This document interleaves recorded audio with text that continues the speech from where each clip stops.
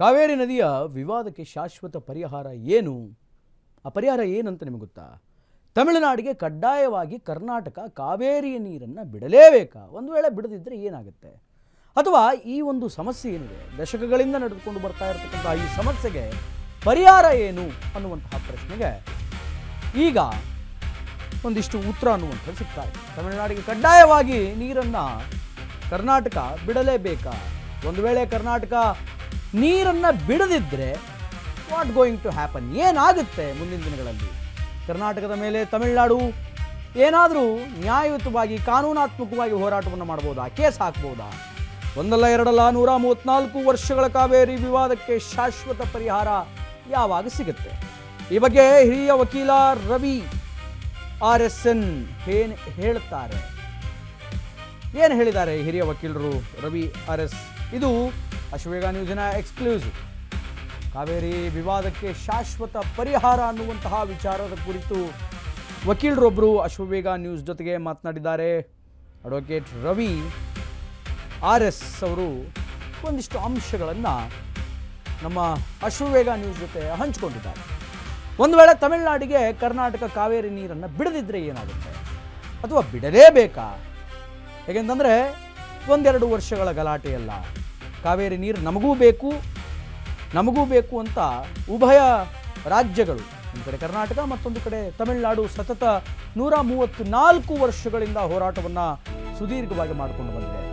ಅದೆಷ್ಟೋ ಶಾಂತಿಯುತ ಹೋರಾಟ ಆಗಿದೆ, ಅದೆಷ್ಟೋ ಕ್ರಾಂತಿಕಾರಿ ಹೋರಾಟ ಆಗಿದೆ, ಅದೆಷ್ಟೋ ಕಾನೂನಾತ್ಮಕವಾಗಿರ್ತಕ್ಕಂತಹ ಹೋರಾಟಗಳು ಕೂಡ ಕಾವೇರಿ ನೀರಿಗಾಗಿ ಎರಡೂ ರಾಜ್ಯಗಳ ಮಧ್ಯೆ ಆಗಿದೆ. ಹೀಗೆ 134 ವರ್ಷಗಳ ಹೋರಾಟಕ್ಕೆ ಬಿಗ್ ಬ್ರೇಕ್ ಯಾವಾಗ ಬೀಳುತ್ತೆ? ಫುಲ್ ಸ್ಟಾಪ್ ಯಾವಾಗ ಇಡಲಾಗುತ್ತೆ? ಒಂದು ವೇಳೆ ಕರ್ನಾಟಕ ಏನಾದರೂ ನೀರನ್ನು ಬಿಡದಿದ್ದರೆ ಕಾನೂನಿನ ಮೊರೆಯನ್ನು ಹೋಗಬಹುದಾ? ತಮಿಳುನಾಡು ಸರ್ಕಾರ, ತಮಿಳುನಾಡು ರಾಜ್ಯ ಕೋರ್ಟಿಗೆ ಹೋಗಬಹುದಾ? ಕೇಸ್ ಹಾಕಬಹುದಾ?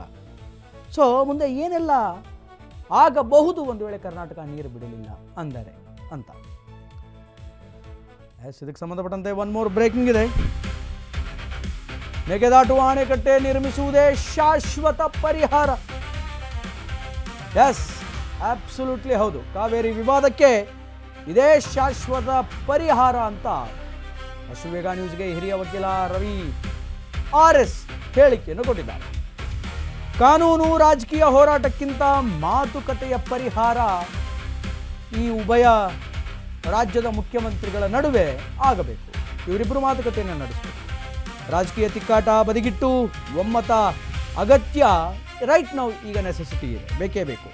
ಮೇಕೆದಾಟು ಅಣೆಕಟ್ಟೆ ನಿರ್ಮಾಣವೇ ದೀರ್ಘ ಕಾಲದ ಪರಿಹಾರ ಇದಕ್ಕೆ ಅಂತ ಹೇಳ್ತಾ ಇದ್ದಾರೆ. ತಮಿಳುನಾಡಿನ ಪಾಲಿನ ನೀರು ಬಿಟ್ಟು ಉಳಿದ ನೀರನ್ನು ಏನು ಮಾಡಬೇಕು? ಮೇಕೆದಾಟು ಅಣೆಕಟ್ಟು ನಿರ್ಮಿಸಿ ಸಂಗ್ರಹ ಮಾಡಬಹುದಲ್ವಾ? ಅದನ್ನು ಮೇಕೆದಾಟು ನೀರನ್ನು ಬೆಂಗಳೂರಿನ ಕುಡಿಯುವ ನೀರಾಗಿ ಬಳಸಬಹುದು. ತಮಿಳುನಾಡಿಗೆ ಕಡ್ಡಾಯವಾಗಿ ನೀರು ಬಿಡಲೇಬೇಕು ಅಂತ ಏನಿಲ್ಲ ಅನ್ನುವಂತಹ ವಿಚಾರವನ್ನು ವಕೀಲರು ಹೇಳ್ತಾ ಇದ್ದಾರೆ. ಬೇಕಾದರೆ ಎರಡೂ ರಾಜ್ಯಗಳು ಸುಪ್ರೀಂ ಕೋರ್ಟ್ ಮೊರೆಯನ್ನು ಹೋಗಬಹುದು.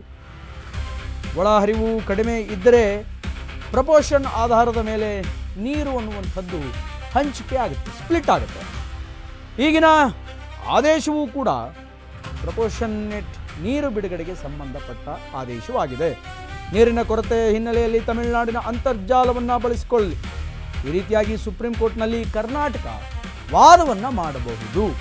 ಇದು ಅಶ್ವವೇಗ ನ್ಯೂಸಿನ ಎಕ್ಸ್ಕ್ಲೂಸಿವ್ ಸ್ಟೋರಿ. ಈ ಎಲ್ಲ ಮಾಹಿತಿಗಳನ್ನು ವಕೀಲರಾಗಿರುವಂತಹ ರವಿ RS ಅವರು ಕಾವೇರಿ ನೀರಿನ ವಿಚಾರಕ್ಕೆ ಸಂಬಂಧಪಟ್ಟ ಹಾಗೆ ಹೇಳಿಕೊಂಡಿದ್ದಾರೆ. ಮೇಕೆದಾಟು ಅಣೆಕಟ್ಟು ಕಟ್ಟುವುದೇ ಶಾಶ್ವತ ಪರಿಹಾರ ಅನ್ನುವಂತಹ ವಿಚಾರವನ್ನು ವಕೀಲರು ಹೇಳಿದರು.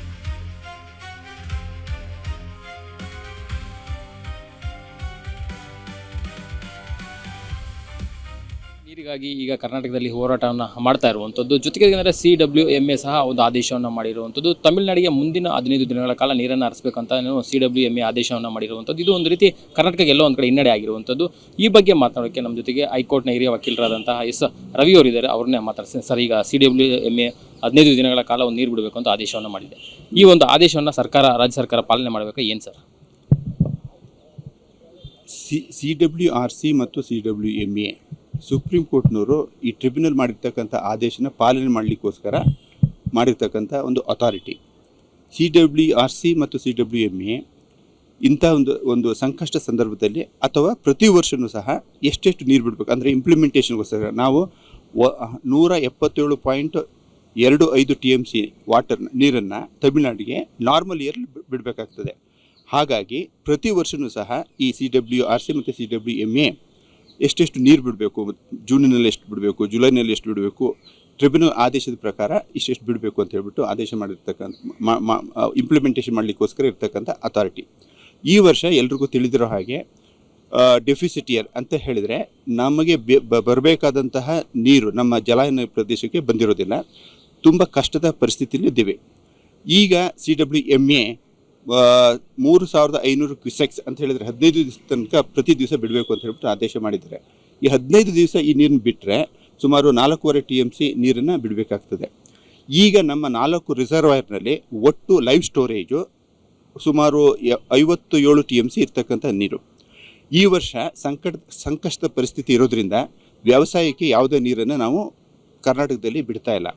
ಈ ಒಂದು ಸಂಕಷ್ಟದ ಪರಿಸ್ಥಿತಿನಲ್ಲಿ ದನ ಕರುಗಳಿಗೂ ಸಹ ಒಂದು ವೇಳೆ ಕೆರೆ ಕಟ್ಟೆಗಳು ತುಂಬ್ತಾನೆ ಇದ್ದರೆ, ಮಳೆ ಇರ್ತಾನೆ ಇರೋದ್ರಿಂದ ಯಾವುದೇ ಕೆರೆ ಕಟ್ಟೆಗಳು ಈ ಕಾವೇರಿ ಜಲಾನಯನ ಪ್ರದೇಶದಲ್ಲಿ, ಕರ್ನಾಟಕದ ಪ್ರದೇಶದಲ್ಲಿ ನೀರು ಸಹ ಇರೋದಿಲ್ಲ. ಆ ಒಂದು ಸಂದರ್ಭದಲ್ಲಿ ಯಾವ ರೀತಿ ಹೋರಾಟಗಳಾಯ್ತು ಅಂದರೆ ಕಾನೂನು ಹೋರಾಟ ಇರ್ಬೋದು ರಾಜ್ಯ ಸರ್ಕಾರ ಯಾವತ್ತು, ಮತ್ತು ಈಗ ಯಾವ ರೀತಿ ಕಾನೂನು ಹೋರಾಟ ರಾಜ್ಯ ಸರ್ಕಾರ ಮಾಡಬೇಕು, ಈ ಒಂದು ನಮಗೆ ಒಂದು ನೀರು ಉಳಿಸ್ಕೋಬೇಕು ಮತ್ತು ಜನರಿಗೋಸ್ಕರ ನೀರು ಬೇಕು.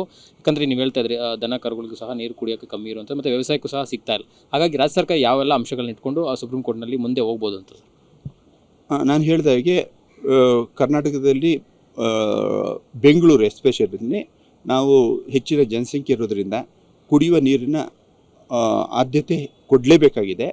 ಹಾಗಾಗಿ ಮೈಸೂರು, ರಾಮನಗರ ಹೀಗೆ ಸುಮಾರು ಸಿಟಿಗಳು ಈ ಒಂದು ಕಾವೇರಿ ಜಲಾನಯನ ಪ್ರದೇಶದಲ್ಲಿ ಬರೋದ್ರಿಂದ ಇಲ್ಲಿ ಎಲ್ಲ ಒಂದು ಪ್ರದೇಶಗಳಿಗೂ ಕುಡಿಯುವ ನೀರಿನ ಪೂರೈಕೆ ಅವಶ್ಯಕತೆ ಇದೆ. ನಂತರ ಒಂದು ವೇಳೆ ನಾವು ವ್ಯವಸಾಯಕ್ಕೆ ನೀರು ಕೊಡದೇ ಇದ್ರೂ ಸಹ ಕೆರೆ ಕಟ್ಟೆಗಳನ್ನು ತುಂಬಿಸ್ಬೇಕಾಗ್ತದೆ. ಇಲ್ಲದೇ ಇದ್ದರೆ ದನಕರುಗಳಿಗೂ ತುಂಬ ಕಷ್ಟ ಆಗ್ತದೆ. ಹಾಗಾಗಿ ಈ ಎಲ್ಲ ವಾದವನ್ನು ಮಂಡಿಸ್ಬೋದು ಅಂತ ನನ್ನ ಅನಿಸಿಕೆ. ಅದಕ್ಕಿಂತ ಹೆಚ್ಚಿನ ಒಂದು ಮಂಡನೆ ಅಂತ ಹೇಳಿದರೆ ತಮಿಳುನಾಡಿನಲ್ಲಿ ಇರ್ತಕ್ಕಂತಹ ಗ್ರೌಂಡ್ ವಾಟರ್ ಫೆಸಿಲಿಟಿ.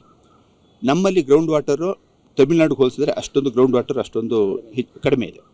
ಸರ್, ಈಗ ನಮ್ಮ ಹೇಳ್ದಂಗೆ ಅಂತರ್ಜಲ ಮಟ್ಟ ತಮಿಳುನಾಡು ಜಾಸ್ತಿ ಇದೆ ಅಂತ ಹೇಳ್ಬಿಟ್ಟು, ಆದರೂ ಸಹ ಅವರು ನೀರು ಬಿಡಬೇಕು ಅಂತ ಹೇಳ್ಬಿಟ್ಟು CWMAಗೆ ಸಹ ಒಂದು ಅರ್ಜಿಯನ್ನು ಹಾಕಿದ್ರು. ಅವ್ರಿಗೆ ಈಗ ವಿಜಯ್ ಅವರು ಸಹ ರಾಜಕೀಯವಾಗಿ ನೋಡೋದಾದರೆ ಅವ್ರು ಬಂದು ಈ ಇಬ್ಬರು CMಗಳು ಕೂತ್ಕೊಂಡು ಮಾತುಕತೆ ಮೂಲಕ ಇದನ್ನು ಬಗೆಹರಿಸ್ಕೋಬೋದಾ ಕಾನೂನು ಹೋರಾಟ ಬಿಟ್ಟು ಅಂತ? ಕಾನೂನು ಹೋರಾಟ ಬಿಟ್ಟು ಎರಡು ರಾಜ್ಯಗಳು ಒಪ್ಕೊಂಡ್ರೆ ತೊಂದರೆ ಏನಿಲ್ಲ. ಬಟ್ ನನ್ನ ಪ್ರಕಾರ ಇದಕ್ಕೆ ಒಂದು ಸೊಲ್ಯೂಷನ್ ಅಂತ ಹೇಳಿದ್ರೆ ಮೇಕೆದಾಟು ಒಂದೇ. ಮೇಕೆದಾಟು ಏನಾದರೂ ನಾವು ಕಟ್ಟಿದ ಪಕ್ಷದಲ್ಲಿ ಜೂನ್ನಲ್ಲಿ ನಾವು ಏನು 9 TMC ಬಿಡಬೇಕಾಗ್ತೀವೋ ಆ ನೀರನ್ನ ಅಲ್ಲಿ ಸೇಖರಣೆ ಮಾಡ್ಕೋಬೋದು. ಅದೇ ರೀತಿ ಜುಲೈನಲ್ಲೂ ನಾವು ಸುಮಾರು 30 TMCಯನ್ನು ಬಿಡಬೇಕಾಗಿದೆ. ಅದನ್ನೆಲ್ಲ ಸೇಖರಣೆ ಮಾಡಿಕೊಂಡು ನಮಗೂ ಅನುಕೂಲ ಆಗುವ ಹಾಗೆ, ತಮಿಳುನಾಡಿಗೂ ಅನುಕೂಲ ಆಗುವ ಹಾಗೆ ಈ ಒಂದು ಮೇಕೆದಾಟನ್ನು ನಾವು ಕಟ್ಟಿದ ಪಕ್ಷದಲ್ಲಿ ನಮಗಿಂತ ತಮಿಳುನಾಡಿಗೆ ಅನುಕೂಲ. ಆದರೆ ಯಾವ ಒಂದು ರಾಜಕೀಯನೋ ಯಾವ ಉದ್ದೇಶದಿಂದ ಗೊತ್ತಿಲ್ಲ, ತಮಿಳುನಾಡು ಇದಕ್ಕೆ ಅಪೋಸ್ ಮಾಡ್ತಾ ಇದೆ. ಈಗ ಮೊನ್ನೆ ಕೇಂದ್ರ ಒಂದು ನೀರಾವರಿ ಸಚಿವರು ಸಹ ಹೇಳಿರುವಂಥದ್ದು ಮೇಕೆದಾಟು ಕಟ್ಟಕ್ಕೆ ಯಾರ ಅನುಮತಿನೂ ಬೇಕಾಗಿಲ್ಲ, ಅದಕ್ಕೆ ಓನ್ ಆಗಿ ಕೋರ್ಸ್ ತೊಗೋಬೋದು ಅಂತಲೂ ಸಹ ಮೊನ್ನೆ ಒಂದು ಹೇಳಿರುವಂಥದ್ದು. ನಮ್ಮ ಯಾವುದದು ಕೃಷ್ಣ ವಾಟರ್ ಡಿಸ್ಟ್ರಿಬ್ಯೂಟ್ ಸಂಬಂಧಪಟ್ಟ ಹಾಗೆ ಸುಪ್ರೀಂ ಕೋರ್ಟ್ ಈಗಾಗಲೇ ಒಂದು ತೀರ್ಮಾನ ಕೊಟ್ಟಿದೆ. ಈ ನಮ್ಮ ಪ್ರದೇಶದಲ್ಲಿ ಯಾವುದೇ ಅಣೆಕಟ್ಟು ಕಟ್ಟುವಾಗ ಬೇರೆ ರಾಜ್ಯದ ಅಪ್ಪಣೆ ಪಡೆಯುವ ಅವಶ್ಯಕತೆ ಇಲ್ಲ ಅನ್ನತಕ್ಕಂಥ ಒಂದು ಸುಪ್ರೀಂ ಕೋರ್ಟ್ ಆದೇಶ ಕೊಟ್ಟಿರೋದ್ರಿಂದ ತಮಿಳುನಾಡು ಅಥವಾ ಕೇರಳ ಅಥವಾ ಪುದುಚೇರಿಯ ಕನ್ಸೆಂಟ್ ಅವಶ್ಯಕತೆ ಇಲ್ಲ, ಒಪ್ಪಿಗೆ ಅವಶ್ಯಕತೆ ಇಲ್ಲ.